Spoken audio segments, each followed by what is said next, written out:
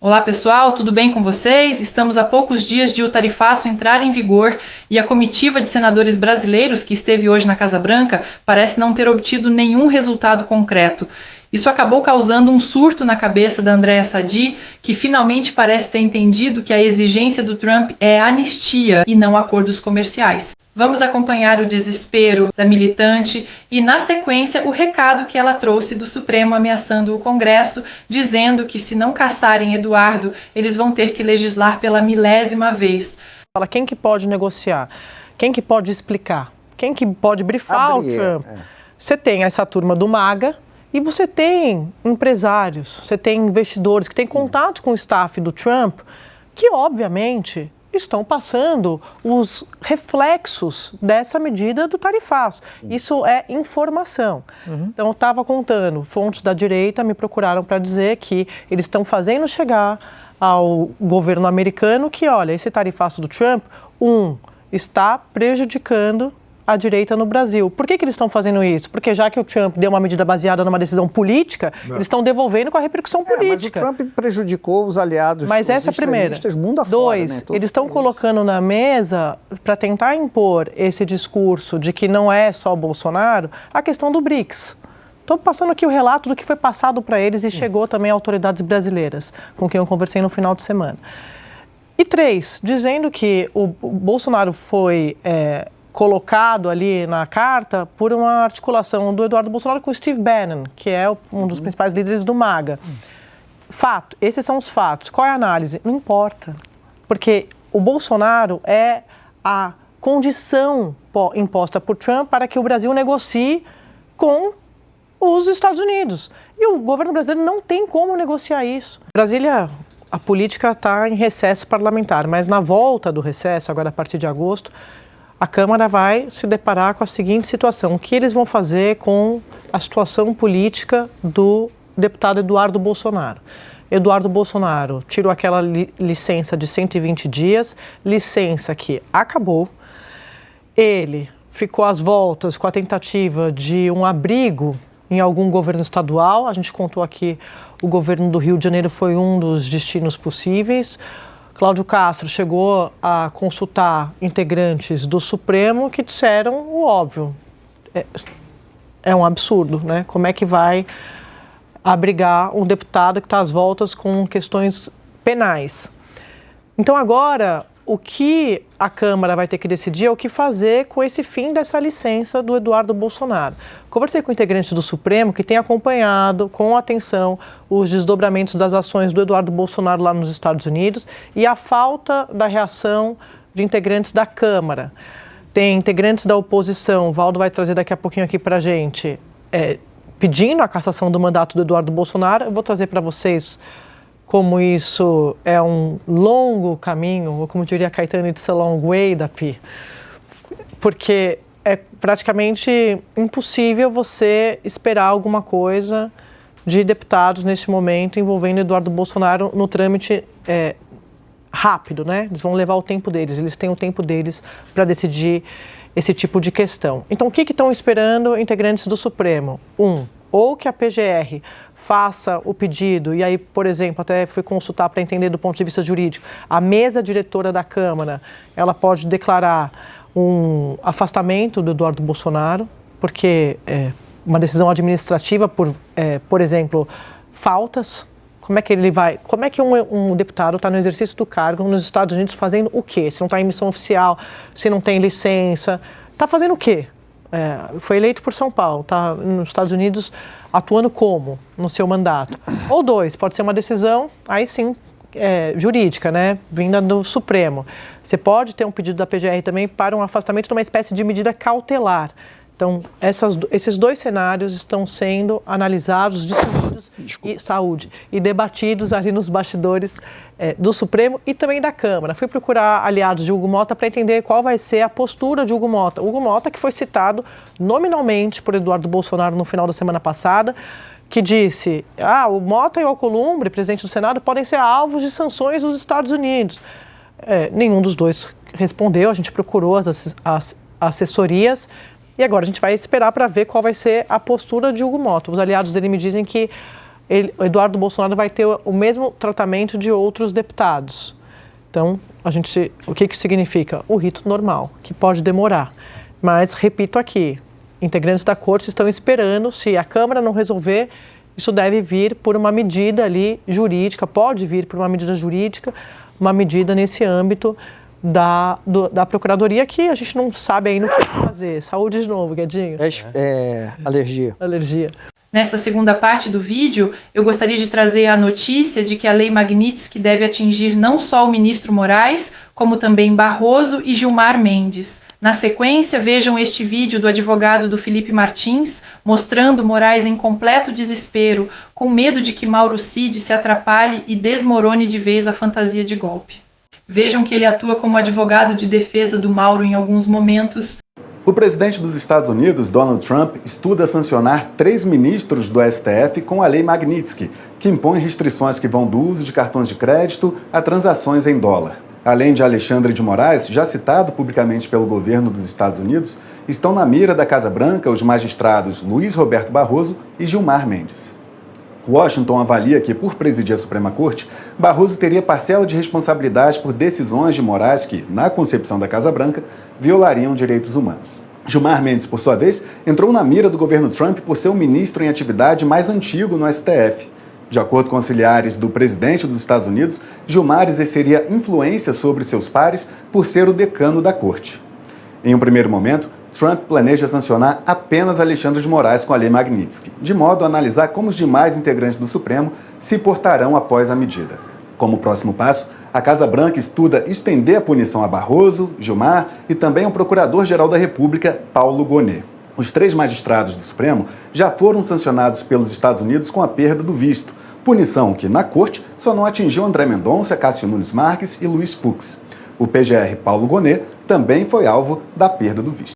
Coronel Cid, o comandante da Aeronáutica, Batista Júnior, ele esteve nessa reunião? Coronel Cid, por favor. Em qual data o senhor falou? No dia... A reunião mais importante do dia 7 de dezembro de 2022, Excelência. Eu creio que nessa reunião ele não estava. Tá. O senhor está fazendo uma correção da sua delação? Doutor, nós temos o depoimento judicial dele dizendo que o comandante Batista Júnior não estava na primeira reunião, que ele só foi na segunda reunião. O depoimento dele no dia 21, no dia 7 de junho. Então, não há dúvida aqui nenhuma, não está fazendo correção nenhuma. Basta o senhor ler com atenção. Sim, como eu estou lendo com atenção, que no volume 1, as folhas 29 e 30, com muita atenção, eu li que ele disse que o comandante estava nessa reunião. Então o senhor... leia os dois depoimentos judiciais na presença... Não, é que 2 depoimentos judiciais não foi escrito, né, Excelência? Foi oral no momento que ele está sendo interrogado. Eu quero saber da delação homologada e não do interrogatório. Ele está corrigindo a delação homologada. Não, doutor, ele está reafirmando que não estava presente. Ponto. Vamos em frente. Ele não estava presente. O que nós faremos com a delação homologada, onde ele consta que estava presente? Doutor, com todo respeito... Não, eu que peço com todo respeito. Continue. A delação homologada diz que estava. Eu quero doutor. saber, será Doutor. retificado? Doutor, continue. Por favor, continue. Cid, o senhor na tua delação homologada disse que o Batista estava, depois nos depoimentos judiciais disse que o Batista não estava. O senhor só tem essa discrepância de quem estava e quem não estava com relação ao comandante da Aeronáutica Batista? Ou mais alguém que o senhor se recorda que estava e não estava mais? Ou que não estava e o senhor quer incluir? Coronel Cid, não precisa responder. Próxima pergunta.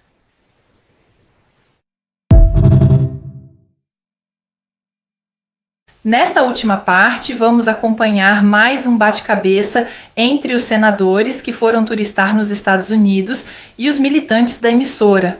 O senador Carlos Viana tentou dizer que a razão do tarifaço era a relação econômica e militar que o Brasil está desenvolvendo com os países dos BRICS, e foi desmentido ao vivo pelo Joel Pinheiro. Há um problema grande hoje, isso foi identificado nas reuniões que fiz com os representantes do Partido Republicano na Flórida. O Brasil tomou uma posição junto dos BRICS que hoje os Estados Unidos não concordam, que não é só um grupo econômico. O Brasil está trabalhando uma geopolítica militar com a China e os americanos não querem esse acordo. Houve anúncio de que o Brasil vai ampliar a rede de satélites com a China, que o Brasil vai fazer cabos submarinos. Os americanos entendem isso como uma ameaça à geopolítica militar no mundo. Então o Brasil precisa trazer à mesa esses assuntos que são nossos interesses de soberania, mas que envolvem outras nações. O principal problema não está sendo a questão política de anistia. A anistia existe, esse problema é um dos pontos que está sendo colocado. O principal dele está sendo pelo governo americano. O principal ponto dos americanos, que eles entendem claramente, é... Americanos quem? O governo americano. Casa Branca. A Casa Branca. Os republicanos, os representantes do Conselho Consultivo que eles têm para comércio exterior, deixaram claro o seguinte: os Estados Unidos têm dois pilares, negócios e a questão militar. O Brasil, enquanto o BRICS foi apenas um grupo comercial que se tratava apenas de importações, os Estados Unidos nunca se manifestaram. Mas a partir do momento que o BRICS quer criar uma nova geopolítica na área militar, na área de satélites, comunicação, que é justo, os americanos entendem que isso gera uma insegurança para a política deles. E eles querem colocar isso à mesa também para que o governo brasileiro possa explicar e naturalmente chegar a um novo acordo. Esse é o principal problema hoje que nós temos dessa ameaça com relação ao tarifaço, gente. Tem uma questão aqui, né? Vale o que está escrito, não é o nome da série, vale o escrito. O que está escrito na carta é Bolsonaro, não tem nada de terras raras, não tem nada de satélite. E não é só escrito, é o que é dito pelo Trump também, né? O senador diz que na Casa Branca o importante é essa questão militar. Qual a evidência disso? Quem na Casa Branca disse para ele uma coisa nesse sentido, que tem uma questão militar de satélite com a China, que seria o real interesse, né? Fora que isso levanta outra questão. Qual seria a motivação dos Estados Unidos de ficar escondendo por semanas o real interesse? A gente tentando, eles querem muito uma coisa, só que de forma alguma eles mencionam. Sendo que o Trump sempre menciona aquilo que ele quer. Ele não é alguém de esconder muito aquilo que ele está atrás. Ele diz mesmo abertamente e vai atrás. Então, isso é mais uma tentativa, porque tem grandes partes da opinião pública e da classe política brasileira que estão, parece que, determinados a dizer não. O real motivo não é o Bolsonaro. O real motivo tem que ser alguma outra coisa que a gente está tentando descobrir o que é. Só que nada até agora colou. O que me traz para a conclusão que sim. E que estava claro desde o início, porque estava dito desde o início, pelo Trump reiteradamente, pelo Marco Rubio, quando chega com sanções específicas a ministros, que sim, o interesse é o Bolsonaro. E por que o interesse é o Bolsonaro? Porque o Trump vê a América Latina como um quintal dos Estados Unidos, no qual ele quer ter presidentes ou líderes aliados a ele no poder. Então ele está disposto, sim, a tentar fazer uma chantagem aqui, servindo provavelmente como tubo de ensaio para outras tentativas dele no futuro, inclusive com outros países, e é isso que ele quer. Isso significa, então, que nada mais possa interessá-lo? Não. E daí entra o papel da nossa negociação, da nossa comitiva. Será que não tem outras coisas que poderiam interessá-lo neste momento? Pode ser que tenha, e é louvável tentar encontrar essas coisas. Mas sair declarando que a real intenção do Trump é algo que ele nunca disse, terras raras, BRICS, coisa militar, temas das investigações, é útil tentar, mas sair afirmando que essas são as reais motivações, não. A gente não teve evidência nenhuma de que essas sejam as motivações reais e que a gente fazendo uma oferta em qualquer uma dessas áreas vai gerar qualquer avanço na questão tarifária. Até agora foi o zero, portanto, até agora eu me contento com o que as evidências dizem. As evidências dizem que o Trump realmente está querendo ajudar o Bolsonaro e dobrar a nossa justiça. A todos que chegaram até aqui, muito obrigada pela confiança. Enquanto eu comento, vou deixar esta imagem para vocês verem o que falta para chegarmos ao estágio em que a Venezuela chegou. Ontem a União Europeia negociou e conseguiu um ótimo acordo com Trump. O presidente da Argentina também já acertou tarifa zero para vários produtos e agora realizou um acordo pelo qual os argentinos não precisarão de visto para entrar nos Estados Unidos. Enquanto isso, o corrupto continua nesse personagem de falso patriota e não teve coragem nem de realizar uma ligação para tentar conversar com o presidente americano e ajudar o Brasil. O que vocês acham, pessoal? Será que esses senadores vão conseguir uma negociação milagrosa nos próximos dias? Ou o tarifaço é inevitável a essa altura? Comentem aí que responderei o máximo de comentários que eu conseguir. Até o próximo vídeo e que Deus abençoe a todos nós.